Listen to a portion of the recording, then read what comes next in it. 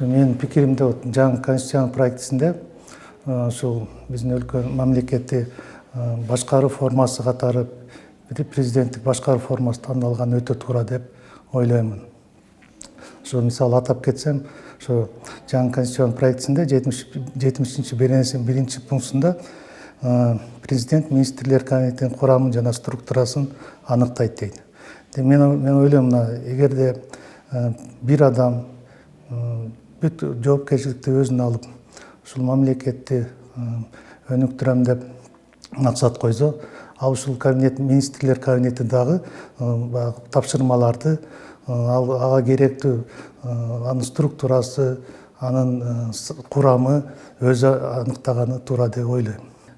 Жергиликтүү администрациянын жетекчилерине чейин дайындаш керек. Акимдерди, райондордун акимдерин, губернаторларды.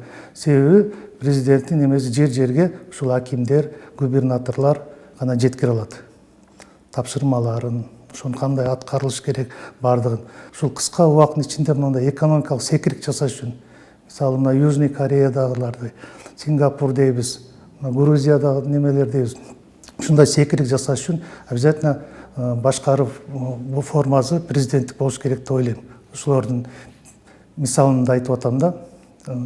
Себеби ал жерде да ушу президенттик башкаруунун негизинде ушундай ийгиликтерге жетишкен. Бул кыска убакытта. Эгерде кийин анан кандайдыр бир өнүгүп Кыргызстан бир кандайдыр мындай бийик деңгээлге жеткенден да возможно анда парламенттикке кайра өтсө болот. Бирок мындай резкий скачок кылыш үчүн обязательно бир адам башкарып, бир адам ушул немеге жетиш гана мүмкүн.